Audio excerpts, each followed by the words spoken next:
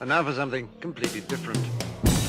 Forget everything you've been told by others before. Get ready for the real deal, the full story. Real talk about money, markets, life. Now, it's The Real Investment Show with Lance Roberts. Presented by RIA Advisors.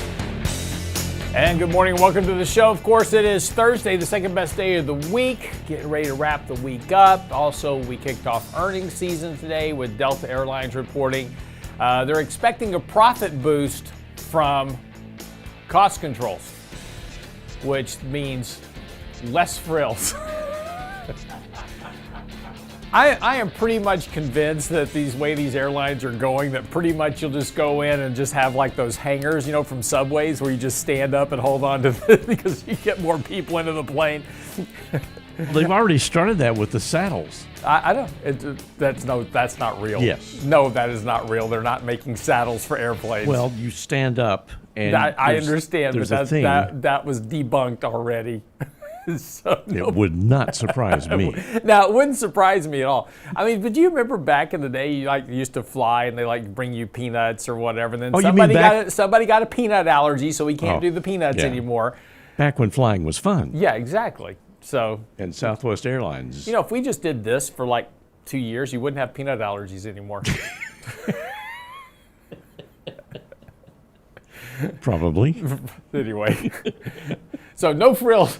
When they mean no frills, they mean no frills. You won't bring anything on the airplane, etc. But there was actually an interesting airline that did just launch recently, and this is a true story. Yeah. It's a pet-friendly airline. Oh. And their first flight that they launched had 19 dogs, 12 cats, and a snake on the plane. So, but you can now bring your pets and fly. Was it ARC Airlines? That would have been a good name. They should have done that. Anyway, lots of stuff to get into today. Michael Lebowitz joining me. We'll talk a little bit about interest rates, the Fed, of course. Expectations for Fed rate cuts are kind of all over the board. There is a minor consensus building for a rate cut at the next meeting. Most of the forecasts are for September, but we'll get into all that this morning and what that means for the markets, and importantly, could lower rates be the cure for higher prices? But again, we'll talk about all that. One of the other kind of things that's kind of talking about interest rates in general is that there was a very interesting article out yesterday talking about how higher interest rates are impairing the economy, and that's kind of an interesting statement to make because interest rates are about where they were pre-2008. So again, when you start talking about normality of where interest rates should be, if I'm loaning money for a 10-year period, what kind of interest payment would you want on that, right? So, we're back to kind of more normal levels of where interest rates should be in an economic growth environment. But yet we were so used to such low interest rates for so long, and we kind of gorged on that whole debt binge, that now these higher rates are impacting the ability for consumers to make debt payments, et cetera. Even though rates are kind of at a normal level, they're higher than they were when they took on a lot of excess debt, particularly during the last 15 years in particular. People financing cars at zero interest rates. And now we're talking about, oh my gosh, you got a 6% interest rate on a car loan. And that should be a normal rate. You shouldn't be financing cars at 0 or 1%. But because we took on so much debt at that very low level, these higher interest rates, or these normal interest rates, are now crushingly high. And that's more of a statement about the debt burden of the overall economy than it is about interest rates itself. So it is kind of an interesting topic, but it is something that is impairing the environment and the economy itself because we are starting to see some weakness. However, saying that, and this is going to lead us right into what you need to know before the bell this morning, economists are now expecting a very sharp pickup in economic growth as we move into the end of the year. So we had this kind of early weakness in the economy because of pre-tariff front loading, et cetera. Now that that's expected to be behind us, even though we now have more news from the administration about tariffs on copper, aluminum, steel, everything else. We've got these tariffs that are coming back now. And particularly if we don't have trade deals done before August 1st, the tariff deadline will end and tariffs will go back up again. So even with that threat there of higher tariffs, economists are now looking past that and saying, yeah, we're going to have a lot stronger growth into the end of the year, which is kind of interesting because that's the premise that is needed to support expectations for much stronger earnings growth, which is what analysts are currently expecting for the rest of this year. In fact, we'll talk about some of the facts this year, facts in a few minutes here on the show, that analysts are very optimistic about the end of the year. And this is starting to lead to this idea this market is just going to continue to rally for the rest of this year. We're going to have a very strong bull market year. Of course, this is coming off 2 years where we had 20% back-to-back returns. We're now starting to think that those high rates of returns are more normal. Markets did rally a bit yesterday. Still kind of, very near all-time highs here. So the exuberance there certainly is being supported by the markets, and as we go into earnings season here, starting really this week and next week, they're expecting very strong earnings reports to help support valuations where we're currently trading. So again, valuations are elevated, and in order to justify those more elevated valuations, we need much stronger earnings growth expectations.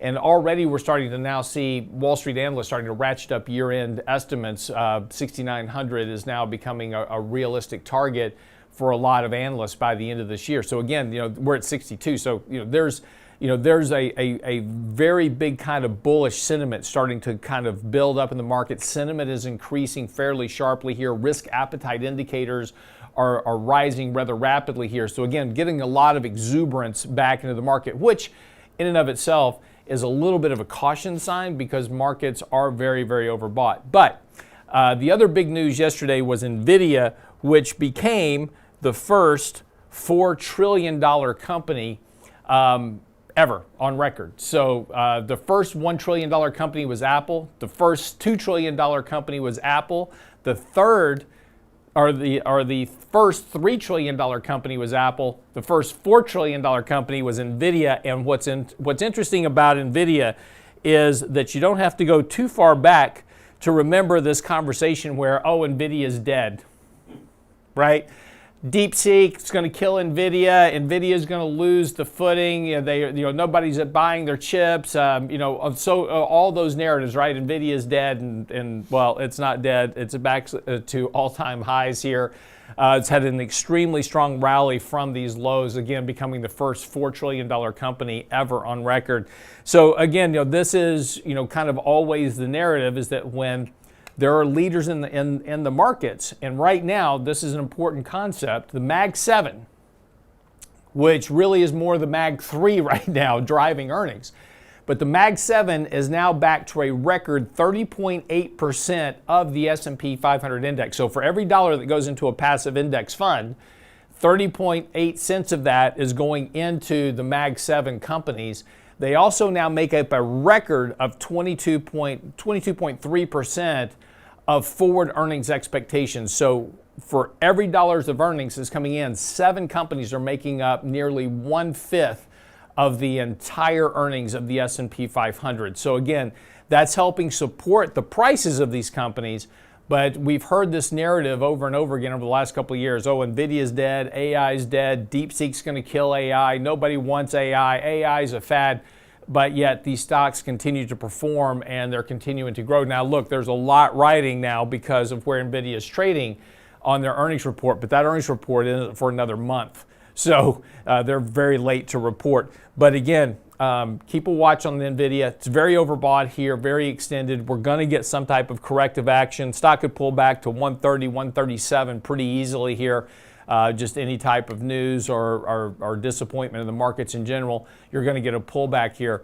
But that'll probably be a good opportunity to add to the position, not because their leadership position in AI is not going away anytime soon, and they're being supported by that large position chunk in the S&P 500 itself. So every time somebody buys those passive indexes, it goes right into the stock. All right, that's what you need to know before the bell this morning. We'll come back, pick up with Michael Lebowitz. Don't go away.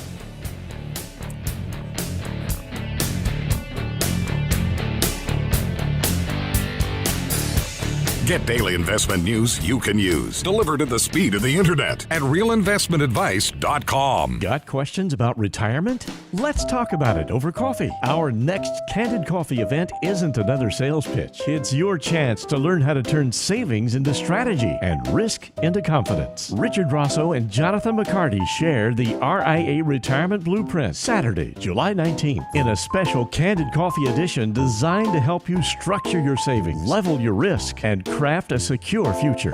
If you fail to plan, you plan to fail. Register now for the RIA Retirement Blueprint, Saturday, July 19th at realinvestmentadvice.com. RIA Advisors Research is the envy of the industry. Our economic insights are featured on advisorperspectives.com, Fox Business, and MarketWatch. RIA provides advisors with marketing and back office support, objective research, and holistic, cutting-edge financial planning tools to meet your clients' needs. Want to join a winning team and be part of a fiduciary culture where you can do your best work? Then why haven't you contacted us yet? Go to our confidential advisor hub at realinvestmentadvice.com. RIA Advisors. Big enough where it matters, agile enough when it counts.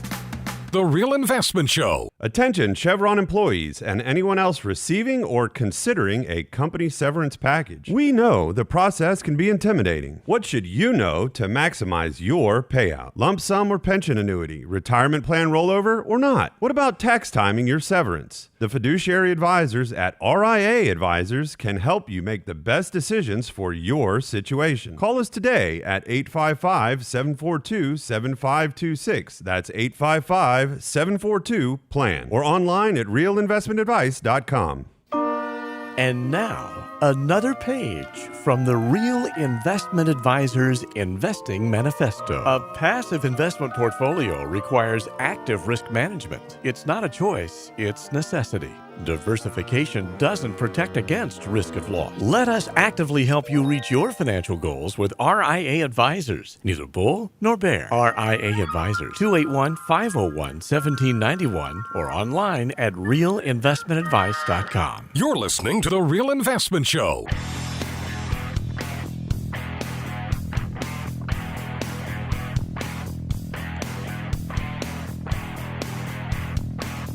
And welcome back to the show this morning. Of course, Michael Lebowitz joining me as well. Talk a little bit about Fed, interest rates, kind of markets, kind of everything that's kind of going on right now. Mike, good morning. Welcome to the show. Good morning. Good to be back here. Good. So, interesting kind of commentary in the Fed minutes yesterday. They kind of upgraded their outlook for economic growth, downgraded their outlook for inflation. So everything's great. I mean, we're back to kind of nirvana in terms of the economy, right?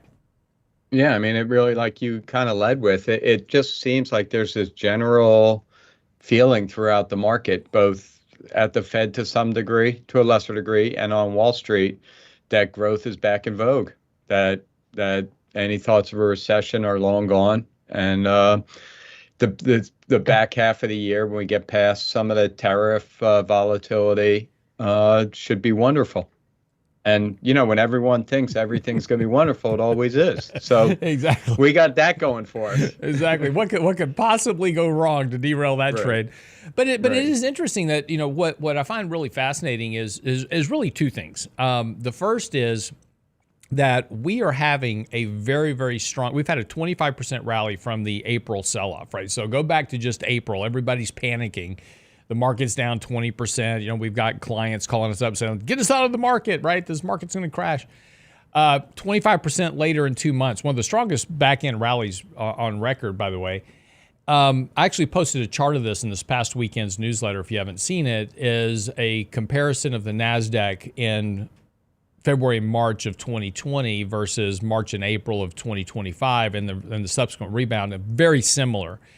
And, I don't like analogs. They never turn out to be correct. But, the fascinating thing I find about that particular analog is the previous rally was driven by zero interest rates, $120 billion a month in QE, $1,500 checks to households a couple of times, massive spending bills being put into place.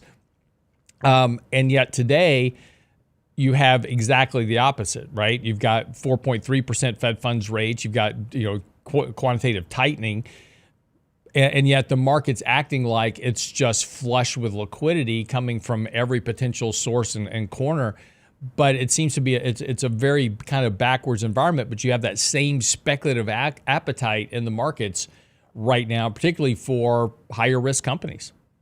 Yeah, and you're seeing it, I mean, it's not even just the obvious things like, you go look at which stocks are leading the way, and it's your Coinbase, it's not, there are a couple Mag 7 stocks are up there, but it's kind of shifted to a more speculative type of company that are now leading the way. The Mag 7 is would you say they make a 20% of the earnings for the S&P, 25%? 22, yeah. They're extremely solid companies with great revenue streams, earnings, the whole 9 yards. You're now shifting to an environment where some of the market leaders are now more speculative, more based on future growth than the Mag 7, which is a combination of future growth but great earnings backdrop. So it's just something to be aware of. But we're also seeing it in many other sectors like private equity. Talking to a buddy of mine that does private equity, he says that there are just so many people willing to buy, investors, just buying everything. No. They're just bringing the returns down to the point where he's having trouble sourcing deals for his firm. So there's just, and it's funny because like you said, monetary policy is hawkish, right? We got high Fed funds. They're doing QT, not QE. The money supply is barely growing. And some other countries are cutting rates, but none of them are really doing QE. They're all either doing nothing or various forms of QT. So we can't really blame monetary policy unless you want to blame what happened a few years ago. And we're just seeing a massive amount of investment dollars chasing anything that looks halfway decent. Well, and again, this is that what I was talking about earlier is that risk appetite. We have seen that absolutely surge just over the course of the last month in particular, and really, more importantly, just the last couple of weeks. We track a lot of indexes, composite indexes in our weekly newsletter, from technical gauges to sentiment gauges, and those have all jumped massively. They're back near records, but that just occurred just over the last couple of weeks. It was like everybody was very afraid of the markets back in April.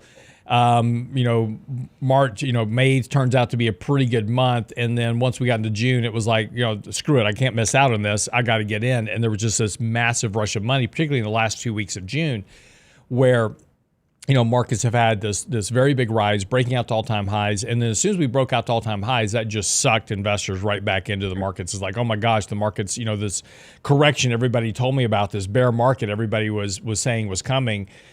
We're back at all-time highs. I got to get back in. I can't miss out. And it's just really that risk appetite and the willingness of retail investors to take on just an extraordinary amount of risk. We're seeing, again, you and I have talked about previously on the show, record call option volumes, and we're not talking about record call option volume by a small amount. We're talking about record levels of call option volume that have just been a massive surge of anything unprecedented in history. And as we were talking about in last weekend's newsletter as well, if you take a look at the amount of money flows just since 2020 that are going into ETFs, it was this massive jump. Pre-2020, we were doing about $50 million a year, $100 million a year into ETFs. Now it's $500 million every single year. And it's just been this massive jump of investors just flooding into the markets, taking on all types of risk. And as Danny and I were talking about, or John and I were talking about on Tuesday, you've had 700 ETFs come to markets. I mean, ETF, Wall Street is just flooding the markets now with every type of potential ETF that you can imagine to meet that demand. There's so much demand for that type of capital that they're just throwing, as you said, with private equity, just, any deal I can find, I'm putting out there because there's so much demand for getting money invested. And here's the question for you, Lance. Where's the retail money coming from? Because retail never got out of the market. Based on a lot of gauges we're looking at, retail did a very good job. This April, May, when the market was tanking, just stay put. It'll be all good. It'll come back. Sure enough, it did. There were no indications that I'm sure there were some sellers, but there was not mass selling by retail. Right. So there's no monetary backdrop to support it. So where's retail getting this money from, or is it some other big buyer? We know a lot of institutional hedge fund type investors were short, or they were bearish, or just had reduced holdings. Mm-hmm. Might this just be them trying to play catch up because they were probably lagging for the year? So when you're lagging, one trick that some investors try to do is you buy the highest beta, the stocks going up the most. Right. So is that going on? I mean, I am absolutely sure it is, because you and I did see a lot of offsides positioning by professional investors in kind of March and April, and so they're certainly lagging performance. And then the other side of the coin is that when they start chasing that, then that just creates more of that problem of dragging more people into the markets. And so now you just have this, now everybody's being forced to chase the market in order to generate returns, which just keeps dragging more people back into the markets. And we're seeing increases in leverage. We're seeing increases in, kind of more speculative option buying, et cetera, to try to catch up on those returns. So yeah, absolutely. Right. And then it leads to another question. What's the half-life of a rally when you don't have monetary support and you're in the upper innings of an economic cycle versus starting a new economic cycle after a recession or an economic downturn with tons of monetary stimulus, like 2020, right, like 2010, like 2004, 3. That's the other thing that kind of is a little problematic. Not to say this thing can't go on for a long time, but some of that backdrop, like you talked about in 2020, is not there as it's been in prior rallies, especially of this size. Well, and that's kind of another issue is that this volatility reset has been quite dramatic. We saw that big jump in volatility, in April, particularly as Liberation Day was announced. We had that big spike in the VIX. And it's been pretty amazing how quickly that's reset back to very low levels. As of yesterday, we were trading around 16 on the VIX, which is a little bit higher than the all-time lows, but not by much. And but again, we've just moved from extreme fear to extreme complacency in just a 2-month period, and that's been a very rapid shift in that reset of volatility. And now investors have gone back to chasing yield. So we're seeing, again, a lot of the more speculative investing being done in things that create the potential highest yield. Junk bonds are doing well right now. High yield stocks that have more kind of risky underpinnings, fundamentally speaking, they just have a high yield because they're fundamentally weak, but they're performing well right now. So we're seeing that chase for yield has really come back into the markets as that volatility reset has occurred. Yeah, it really sets for an interesting backdrop when you got this much yield chasing without the fundamental underpinnings, unless, as we kind of led with, the economy is really going to start soaring later this year, early next year. And then some of this may be justified, as we often find out. Yeah. All right, we'll come back. We'll talk a little bit about the Fed's next moves here and why lower interest rates might actually be the cure for higher prices. Don't go away.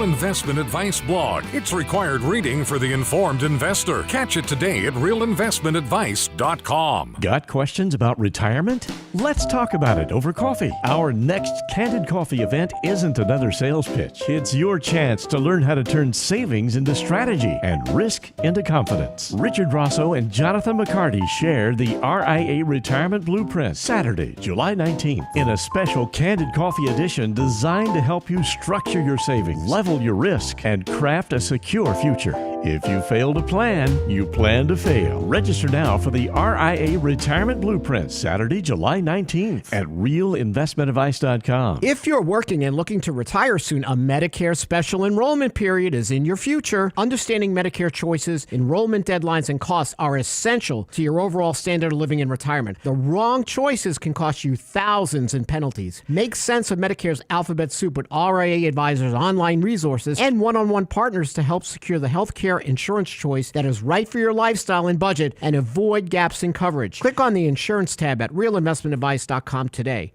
realinvestmentadvice.com. The Real Investment Show. Are you a financial advisor sneaking peeks at our stuff? Instead of trying to do it all yourself, why not just join the team at RIA Advisors? Our full-service organization can provide you with the support, unparalleled research, and tools for managing your clients' money and honoring the fiduciary pledge of putting clients' best interest first. Don't take our word for it. Talk to the advisors that work with us. Want to come win with us? Go to our confidential advisor hub at realinvestmentadvice.com. RIA Advisors, big enough where it matters, agile enough when it counts. Can't catch the whole show now? Listen to our podcast later at realinvestmentadvice.com. I remember in school those history stories about the late 1800s, and now Gen Z kids are now calling the 90s the late 1900s. The Real Investment Show podcast. And I feel like I just drank from the wrong grail in Indiana Jones. Same show, your schedule. I was talking to my daughter a few weeks ago, and I said something that she didn't agree with. And she goes, "Dad, you're just getting old and not relevant anymore." At realinvestmentadvice.com. Not relevant. You're not relevant.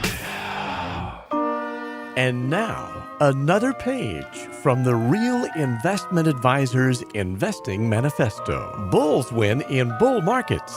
Bears win in bear markets. Eagles soar above and take advantage of opportunity. Let us help you soar as you reach your financial goals with RIA Advisors. Neither bull nor bear. RIA Advisors, 281-501-1791 or online at realinvestmentadvice.com. The Real Investment Show. Attention Chevron employees and anyone else receiving or considering a company severance package. We know the process can be intimidating. What should you know to maximize your payout? Lump sum or pension annuity, retirement plan rollover or not? What about tax timing your severance? The fiduciary advisors at RIA Advisors can help you make the best decisions for your situation. Call us today at 855-742-7526. That's 855-742-PLAN or online at realinvestmentadvice.com. The Real Investment Show YouTube channel has all our videos ready for your easy access. Now with the new and improved Before the Bell report. Subscribe and bookmark our YouTube channel at realinvestmentadvice.com. You're listening to The Real Investment Show.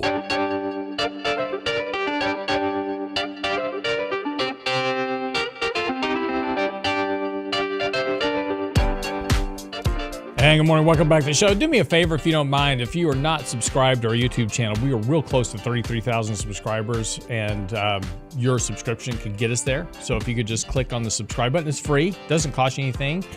Just subscribe to the channel. You will get notified, though, every time we launch a show or produce a podcast, and very soon that'll become much more important for you to get notified. Because we're going to be doing a lot of new things with our podcast here starting in August. So some things are going to get changed up, and we've got a lot of new opportunities coming to do live interviews and all kinds of different stuff. So we've got a lot of good things coming. So you want to make sure and get notified of, that. So make sure you're subscribed to the channel, and that'll also help us. And make sure while you're there, hit the like button as well. That helps drive the algorithms to get our channel out to other people as well. So we certainly appreciate it. So Mike, just before the break, talking a little bit about the Fed and the markets. Just we've got this. We're kind of back into full bullish mode. There's absolutely nothing seems to stop this train at the moment. It's kind of like the commercial. But and it's been interesting because despite the fact that Trump has returned to a more aggressive stance on tariffs, the markets are looking right through that. They're going, yeah, whatever. Markets are going up. Higher number, good. So we just buy stocks instead. We don't worry about the headlines. But it's interesting. President Trump has been talking about needing the Fed to cut rates. You published an article out yesterday morning on the website. It's on our website now, talking about how lower rates could cure higher prices. Inflation's been coming down. We've seen no real impact from tariffs in terms of prices yet. Doesn't mean we won't, but we haven't seen that flow through as of yet. So inflation seems to be contained here. Economic growth is doing okay. We are starting to see some deterioration around the edges right now. But how can, with the Fed kind of on the cusp of cutting rates, kind of what's your premise here is how they could also, help lower inflation rates as well? So this was a pretty interesting article. I read of all people, a St. Louis Fed white paper from 2016. And the gist of it was that they were kind of blaming the Fed or putting a theory forth that the reason inflation was so low from the post-financial crisis to COVID, essentially, was because the Fed had kept rates too low. Remember, we were running zero interest rates and massive QE, or not massive, but on and off QE throughout the 2010s.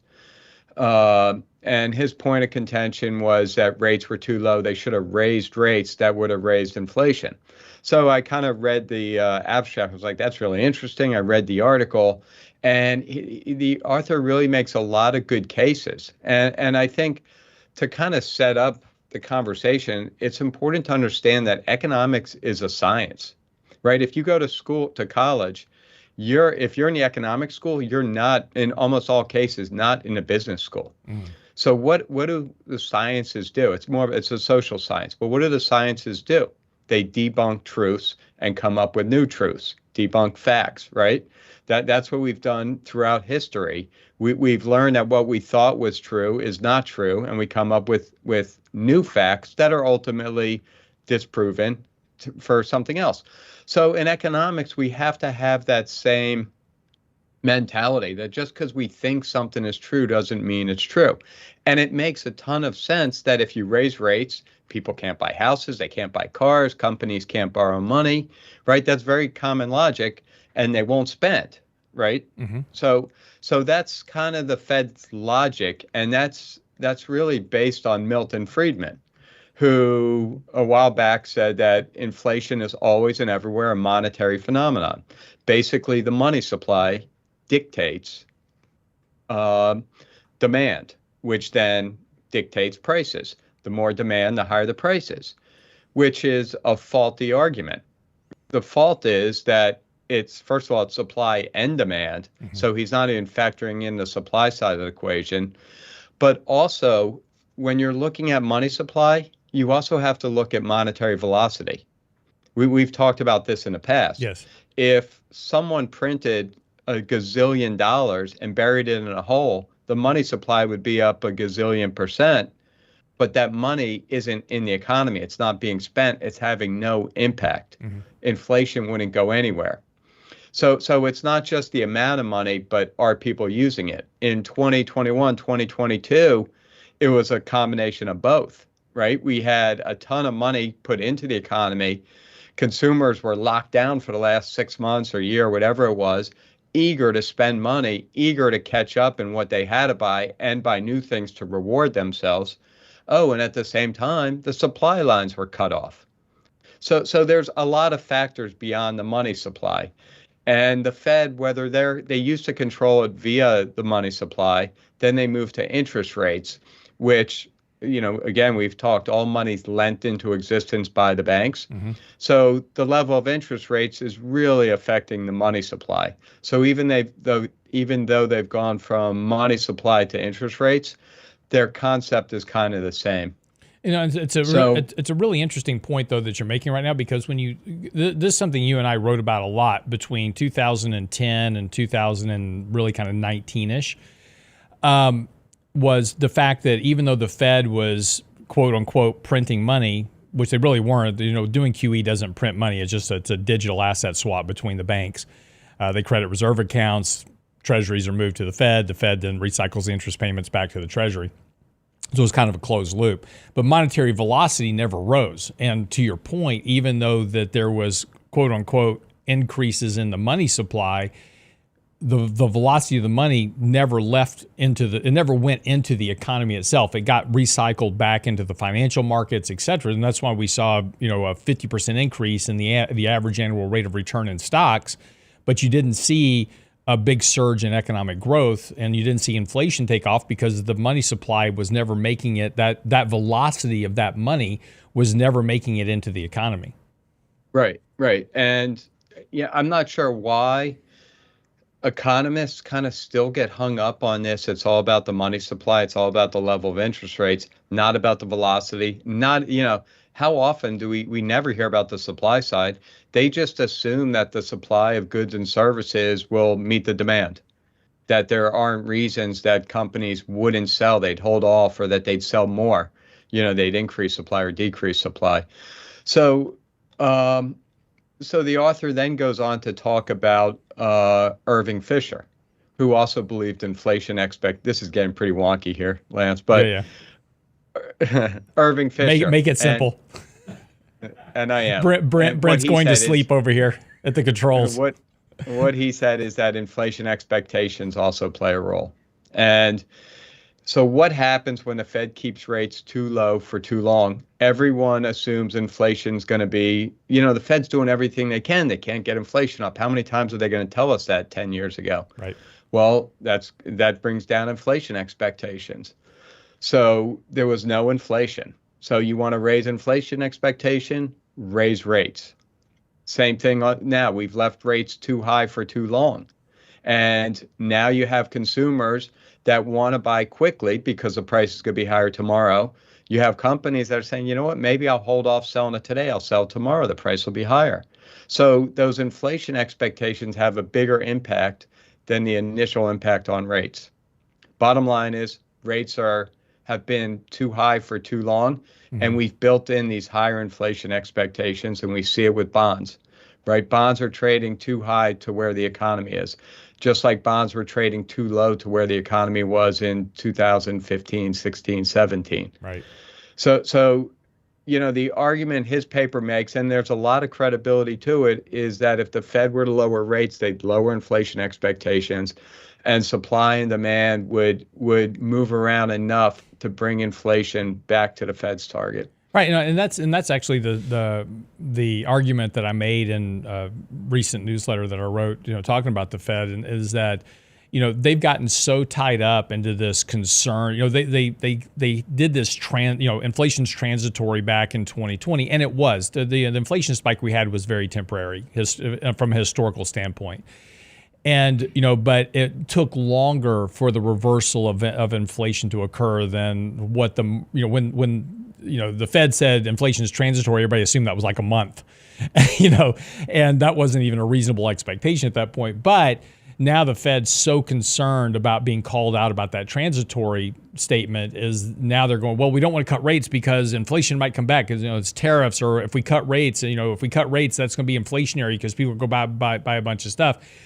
But again, you look back at history from 2009 through 2019, there was no inflation. Even though the Fed was holding zero interest rates, there was no inflation. We didn't get inflation until we sent checks to households and shut down the economy, and to your point, created monetary velocity in the economy. But now the Fed's so concerned that they should be cutting rates, but they aren't because they're afraid of getting called out again.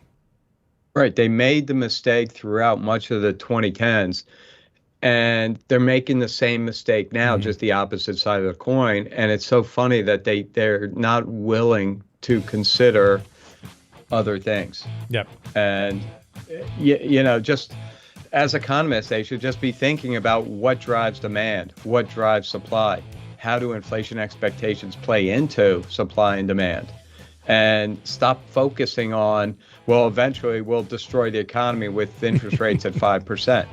Exactly. Because they haven't. Yeah, just like they didn't juice the economy with interest rates at 0. Think about that. Interest rates were 0 and they were doing QE, Lance, and they couldn't get 2% inflation. Maybe there's something wrong in their theories. Could be. And we'll be right back after the break. Don't go away.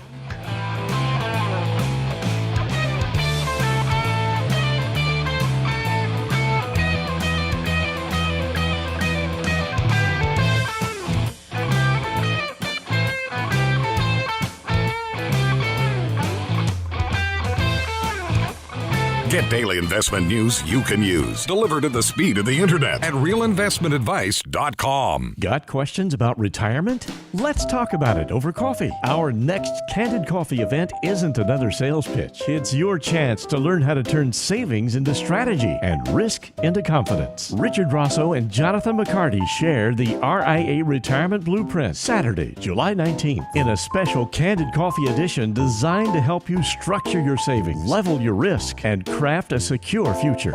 If you fail to plan, you plan to fail. Register now for the RIA Retirement Blueprint, Saturday, July 19th at realinvestmentadvice.com. Attention Chevron employees and anyone else receiving or considering a company severance package. We know the process can be intimidating. What should you know to maximize your payout? Lump sum or pension annuity, retirement plan rollover or not? What about tax timing your severance? The fiduciary advisors at RIA Advisors can help you make the best decisions for your situation. Call us today at 855-742-7526. That's 855-742-PLAN. Or online at realinvestmentadvice.com. The Real Investment Show. RIA Advisors Research is the envy of the industry. Our economic insights are featured on advisorperspectives.com, Fox Business, and MarketWatch. RIA provides advisors with marketing and back office support, objective research, and holistic, cutting-edge financial planning tools to meet your clients' needs. Want to join a winning team and be part of a fiduciary culture where you can do your best work? Then why haven't you contacted us yet? Go to our confidential advisor hub at realinvestmentadvice.com. RIA Advisors. Big enough where it matters, agile enough when it counts.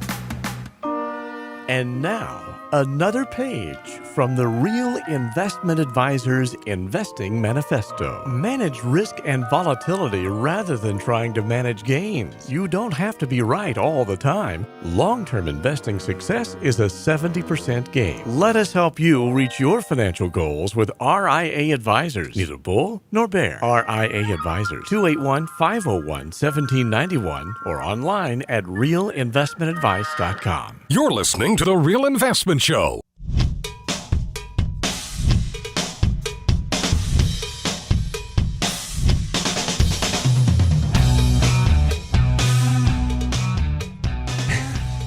So last night I got home and my wife was all excited because Brent and I were talking about ChatGPT on the break. So just FYI, this is what brought it up.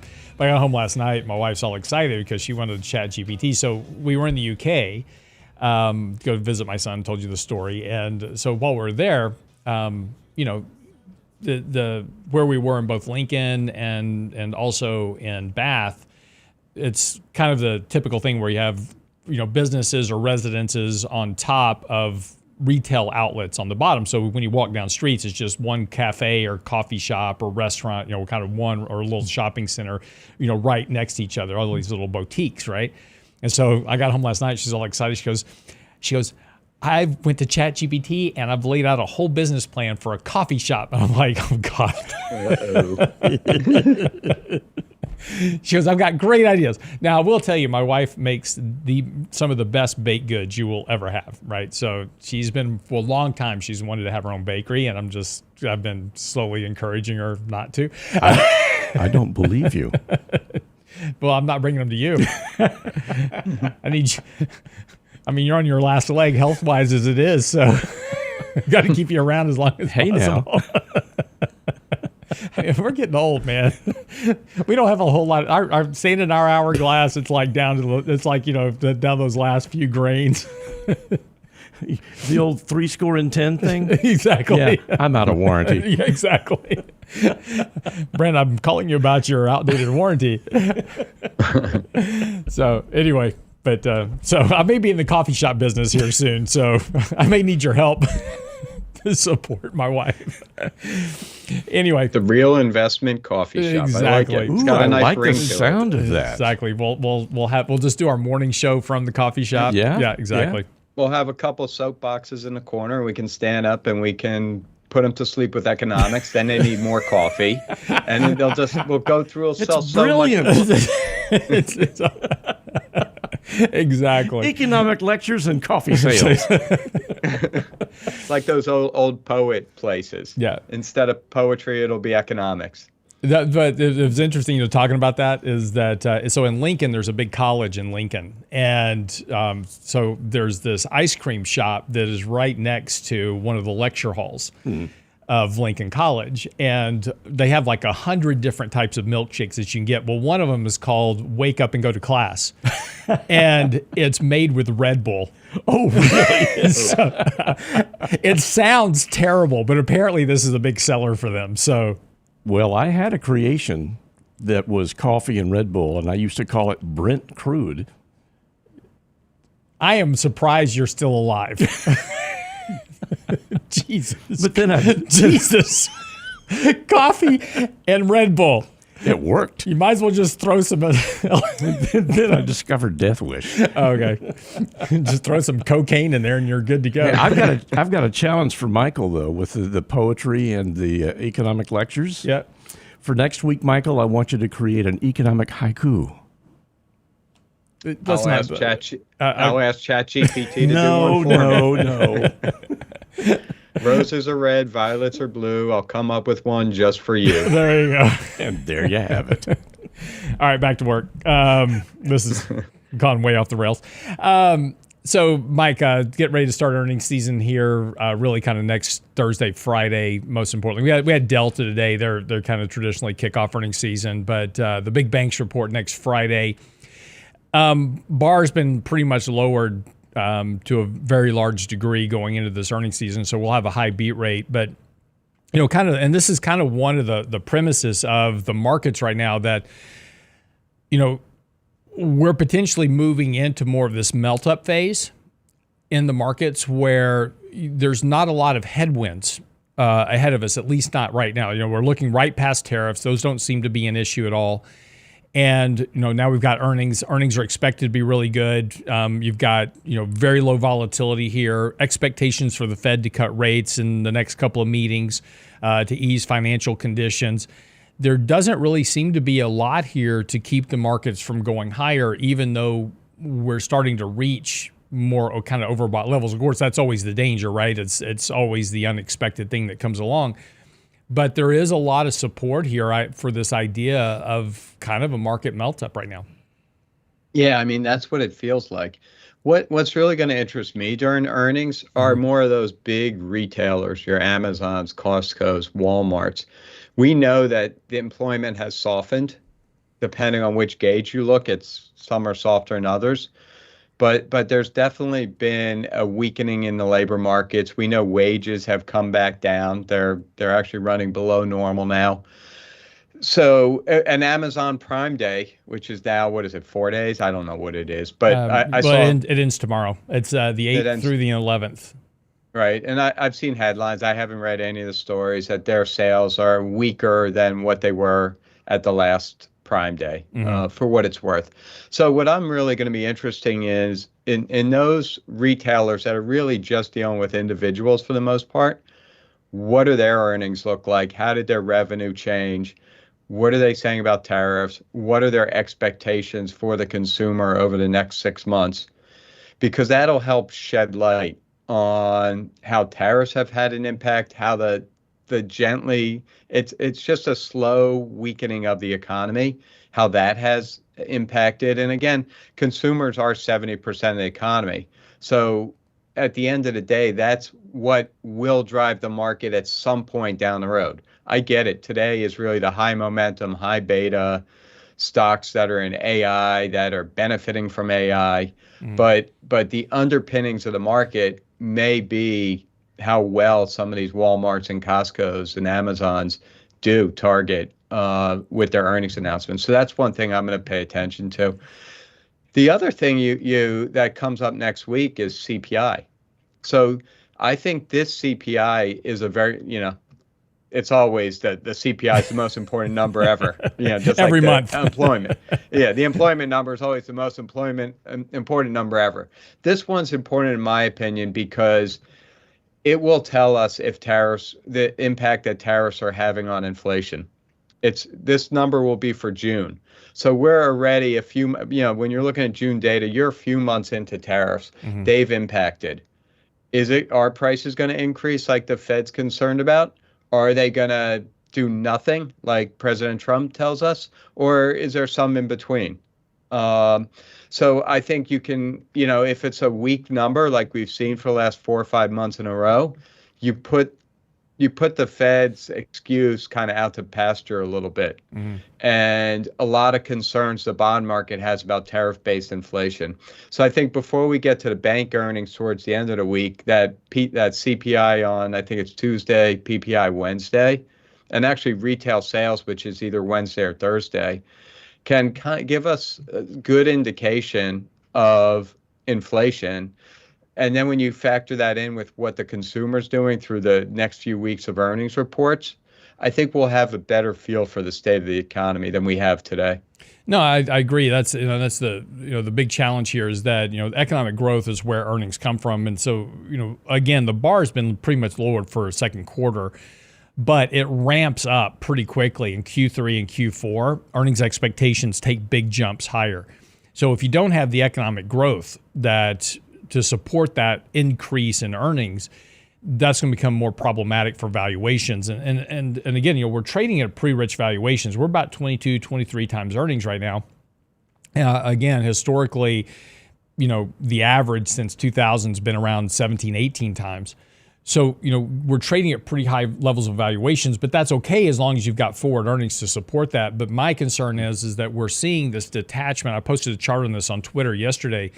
There's a fairly big detachment from kind of the macroeconomic data, which is clearly showing some signs of weakness. I mean, employment came in at 147,000, but we were doing above 200,000 jobs. That's been slowly deteriorating. So we're creating fewer jobs. We're seeing demand in terms of, personal consumption expenditures. That's slowing down. Retail sales have been slowing down. Again, not recessionary, but not just knocking the cover off the ball either. So again, that's going to be more challenging for companies to generate these above average expectations for earnings. Maybe and particularly, maybe outside of Nvidia or some of these AI companies that are just growing by leaps and bounds right now. But you look at the other 493 stocks in the index, they're not growing that much. Right. And what's interesting is ever since 2008, forget COVID because that was a specific event, the economy has just vacillated. We haven't gone into recessions. We haven't really gone into booms, again, strip out some of the pandemic related stuff. It's just kind of vacillated. And, now we're starting to slow down a little bit, but are we just setting up for another slightly above average growth period again? Versus are we going to a recession, which tends to be the assumption when the economy starts slowing down. Right. So, I think that's Mike, I think that's a really good point, though, is that, whenever we see weaker economic numbers, everybody just assumes immediately that we're heading into a recession. But, we've been kind of migrating towards a much slower growth rate economy. Even the Fed is looking at sub 2% economic growth in the future. That's not great, but it's not recessionary either. But it's certainly, but when you're talking about 1.8%, 1.9% growth, that's hard to support 12%, 13%, 14% annualized growth rates in the markets. There's a detachment there that is occurring that at some point is going to have to rectify itself. But that'll be a conversation for another day. Mike, thanks so much.